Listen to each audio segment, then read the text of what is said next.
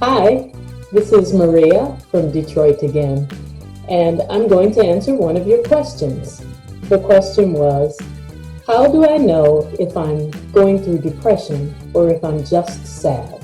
I am so glad that someone asked this question. Mental health problems are very real and very common, but just not talked about enough.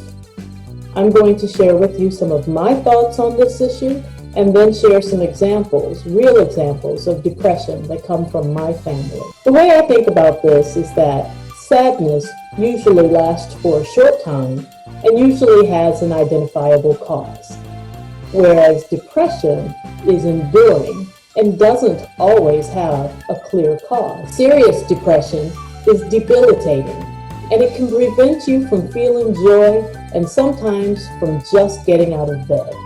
It can even deprive you of a desire to live. I thought it might be helpful to provide some generic examples. For example, if a loved one died, or a best friend moved away, or you broke up with a boyfriend or girlfriend, or if you failed or didn't do well on a very important exam, you might be sad for months, or maybe even years, but you know the reasons why you're sad. And that kind of sadness wouldn't prevent you from being able to occasionally laugh with friends or enjoy dancing to a favorite song or enjoy a delicious festive meal.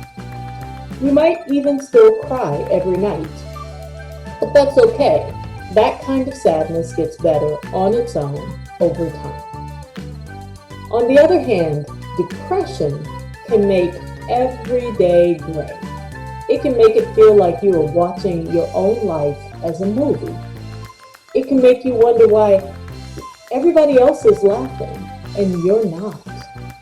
It can make you unable to enjoy the beauty of a sunset or unable to feel the love of a parent or the friendship of a dear friend. Depression may not have a particular cause, or the cause might be something that normally wouldn't cause your level of sadness or the length of sadness that you feel. Sometimes, when you're clinically depressed, you're just tired or you just don't care.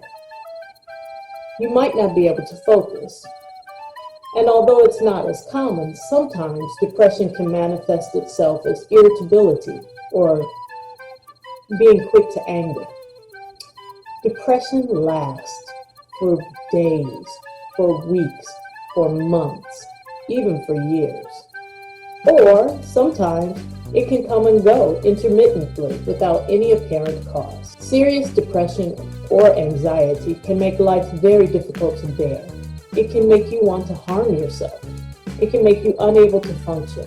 It can make it very difficult to focus on your schoolwork or to just make yourself do your schoolwork. It can make you want to self-medicate with numbing activities like binge watching TV, or simple yet slightly destructive pleasure-seeking activities like overeating. Of course, it can also lead to much more serious self-destructive or self-harming activities or inappropriate activities. Sometimes depression can be resolved through life changes, like finding new things to engage your mind, making new friends, changing your routine, finding a new hobby. Sometimes intense exercise, abundant sunlight, and meditation can help. The problem is when you're depressed, it's really hard to make yourself exercise or go outside or meditate. Some people find that they require therapy to retrain their brain or to work through problems that are causing depression.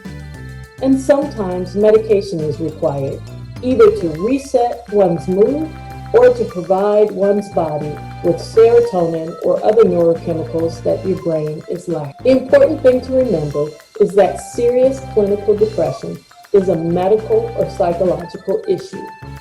If it is clinical depression, it will most likely not go away on its own. If it's a problem with brain chemistry, you may need medication to help it.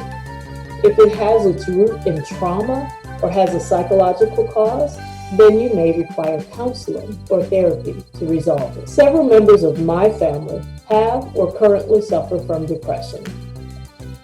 I suffered from postpartum depression about 6 months after the birth of my second child.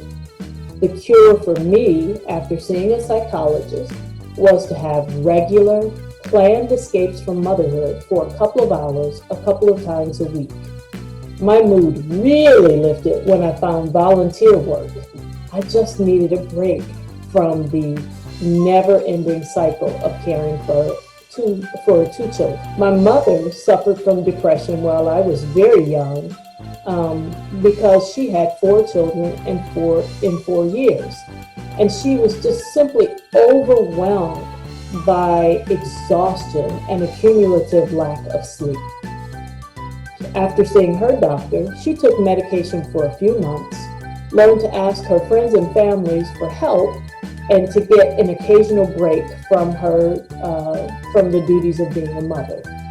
With medication and the help of family and friends, after a few months she was fine, and she's never suffered from depression again.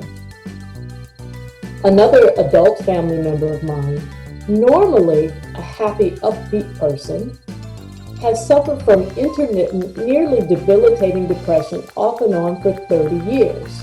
He goes from being very happy, very gregarious, very outgoing, to being self-loathing, low energy, unable to get out of the bed.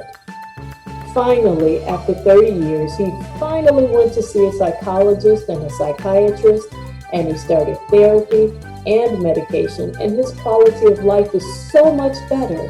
He no longer has those debilitating sessions of being down. Finally, one of my children suffers from depression and anxiety. We found out that the cause is that child's brain simply does not make enough serotonin. So that child will take medication every day for the rest of their life.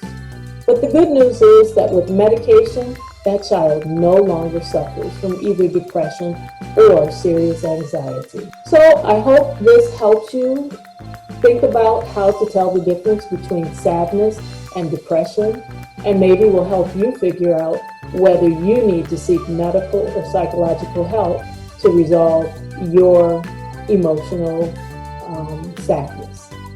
Until the next time, I look forward to seeing you guys. Bye.